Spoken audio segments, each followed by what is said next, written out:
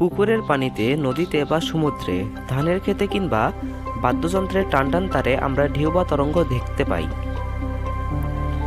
তরঙ্গ ছাড়া আমরা আমাদের অস্তিত্ব কখনো কল্পনাই করতে পারি না, কারণ তরঙ্গ শক্তি সঞ্চালন করে তরঙ্গের মাধ্যমে তথ্যের আদান প্রদান ঘটে। আমাদের দেখাশোনা নির্ভর করে যথাক্রমে আলোক তরঙ্গ এবং শব্দ তরঙ্গের উপর। চিকিৎসা বিজ্ঞানে ব্যবহৃত এক্স-রে এক প্রকারের তরঙ্গ। যোগাযোগের ক্ষেত্রে রেডিও তরঙ্গের ভূমিকার কথা আপনাদের তো জানাই আছে। পৃথিবীতে প্রাণের অস্তিত্ব টিকে থাকার জন্য কোটি কোটি কিলোমিটার দূরবর্তী সূর্য থেকে আসা শক্তির উপর, অর্থাৎ এর আলো এবং তাপের উপর নির্ভর করতে হয়।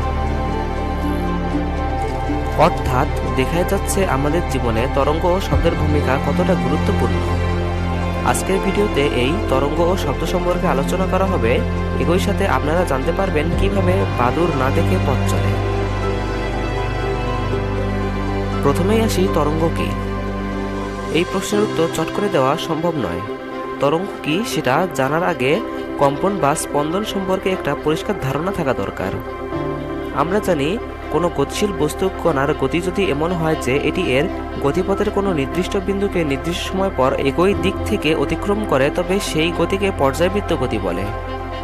পর্যায়বৃত্ত গতিসম্পন্ন কোনো বস্তুর একটা পর্যায় সম্পন্ন করতে যে সময় লাগে তাকে পর্যায়কাল বলে।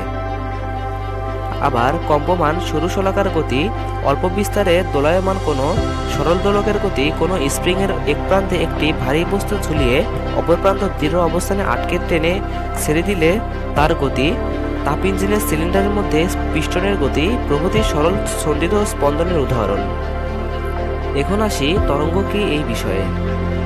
তরঙ্গ হলো এক প্রকার আন্দোলন বা আলোড়ন, যা এক স্থান থেকে অন্য স্থানে শক্তি সঞ্চার করে কিন্তু কণাগুলোকে স্থায়ীভাবে সরিয়ে নেয় না। সহজভাবে বলতে গেলে, যখন আপনি পুকুরে একটি পাথর ফেলেন তখন পানিতে যে ঢেউ তৈরি হয় সেটি হলো এক ধরনের তরঙ্গ। এই ঢেউগুলো পানির দিকে এগিয়ে যায় কিন্তু পানি সেখানেই থেকে যায়, শুধু ঢেউয়ের শক্তিটাই এক স্থান থেকে অন্য স্থানে যাচ্ছে। তরঙ্গকে সাধারণত দুই ভাগে ভাগ করা যায়, এক যান্ত্রিক তরঙ্গ এবং দুই তড়িৎচুম্বক তরঙ্গ। তরঙ্গ সঞ্চারণকারী কোনো কণা এক সেকেন্ডে যতগুলো স্পন্দন সম্পন্ন করে তাকে কম্পাঙ্ক বলে। কম্পনশীল কোনো বস্তু প্রতি সেকেন্ডে একটি পূর্ণ স্পন্দন সম্পন্ন করলে তার কম্পাঙ্ককে 1 হার্টজ বলে। আবার তরঙ্গ সঞ্চালনকারী কোনো কণা সাম্যাবস্থান থেকে যে কোনো একদিকে সর্বাধিক যে দ্রুত অতিক্রম করে তাকে তরঙ্গের বিস্তার বলে। শব্দ শক্তি। আমরা যা শুনি তাই শব্দ, অর্থাৎ শব্দ আমাদের কানে শ্রবণের অনুভূতি জাগায়। আচ্ছা বলুন তো, শব্দের উৎপত্তি কোথা থেকে হয়?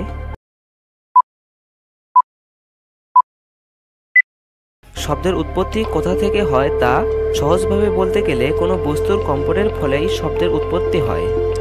আবার যখন কম্পন থেমে যায় তখন শব্দও থেমে যায়। যে কোনো উৎস থেকে শব্দ সৃষ্টি হলে তা অনুদৈর্ঘ্য তরঙ্গের আকারে চারদিকে ছড়িয়ে পড়ে। আবার এই শব্দ বায়ুর মধ্য দিয়ে সঞ্চারিত হয়ে আমাদের কানে প্রবেশ করলেই আমরা শুনতে পাই।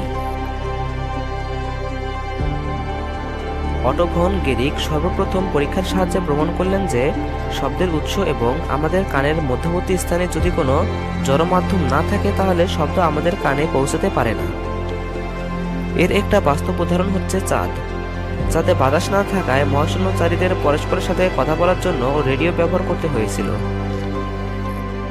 পরীক্ষার মাধ্যমে দেখা গিয়েছিল 0 ডিগ্রি সেলসিয়াস বা 273 কেলভিন তাপমাত্রায় এবং স্বাভাবিক চাপে শুষ্ক বায়ুতে শব্দের দ্রুতি 332 ms/1।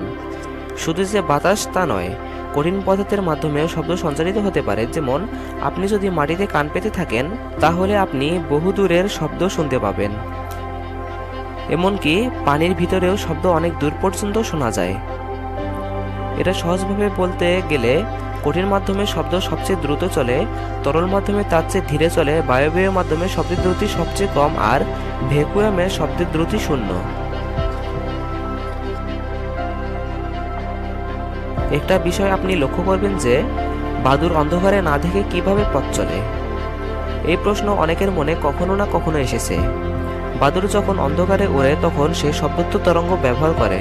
বাদুড় চলার সময় ক্রমাগত বিভিন্ন কম্পাঙ্কের শব্দত্ব তরঙ্গ সৃষ্টি করে। যখন এ তরঙ্গগুলো কোথাও বাধা পেয়ে ফিরে আসে তখন বাদুড় সেটা চিনে ফেলে, যার ফলে বাদুড় তার সৃষ্ট শব্দ তরঙ্গ এবং প্রতিধ্বনি শোনার মধ্যকার সময়ের ব্যবধান ও প্রতিফলিত শব্দের প্রকৃতি থেকে প্রতিবন্ধকের অবস্থান এবং আকৃতি সম্পর্কে ধারণা লাভ করে এবং পথ চলার সময় সেই প্রতিবন্ধক পরিহার করে। আপনি শুনলে অবাক হবেন যে বাদুড় প্রায় 1000 থেকে 1,00,000 হার্টজ পর্যন্ত শুনতে পারে, অর্থাৎ আমরা মানুষেরা যত দূর পর্যন্ত শুনতে পারি বাদুড় আমাদের থেকে তার থেকেও বেশি শুনতে পারে, যা আমরা শুনতে পারি না। এই ছিল আজকের ভিডিওটি ভালো লাগলে রুবাইস হাসান চ্যানেলটি সাবস্ক্রাইব করুন। ধন্যবাদ।